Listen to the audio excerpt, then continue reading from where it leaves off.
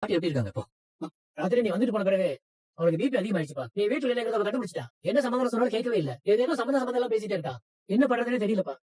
வா விஜய். டாக்டர் கால் பண்ணி கேட்டீங்களா சித்தி? கேட்டோம் விஜய். அவங்க சில மாத்திரைங்க பிரிஸ்கிரைப் பண்ணாங்க. அதெல்லாம் சாப்பிட்டுட்டு நல்லா தூங்கணும்னு சொன்னாங்க. ஆனா அவங்க எங்க தூங்குறாங்க? நீ போன உடனே எந்திரிச்சவங்கதான். அதுக்கப்புறம் என்னென்னமோ புலம்ப திடீர்னு முன்னாடி சாமி நிக்குதுன்னு சொல்றாங்க. 4 பேர் முன்னாடி நிக்கிறதா சொல்றாங்க. பயமா இருக்குன்னு சொல்றாங்க. இந்த மாதிரி ஏதோ சொல்லிட்டு இருக்காங்க. அவங்களுக்கு சரியான தூக்கம் இல்லடா விஜய். டேப்லெட்ஸ் வேற ஹெவி டோஸ்.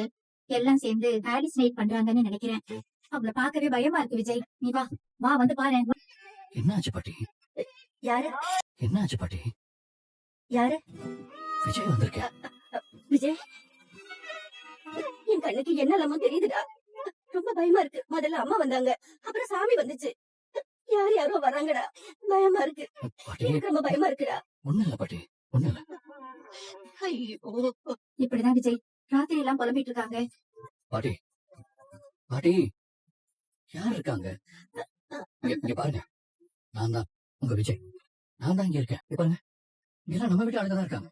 பாட்டி இப்ப உங்க கணக்கு யாராச்சும் தெரியுறாங்களா? இல்ல, இப்ப தெரியல. முன்னாடி எத்தனை பேர் இருந்தாங்க தெரியுமா?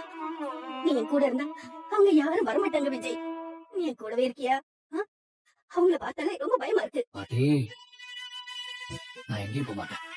இங்கேயே உங்க பக்கத்திலே தான் இருக்கேன். நீ இங்கே இரு, அப்பதான் யாரும் என்ன பயமுறுத்த மாட்டாங்கடா. நான் இங்கேயே தான் பாட்டி இருக்கேன்.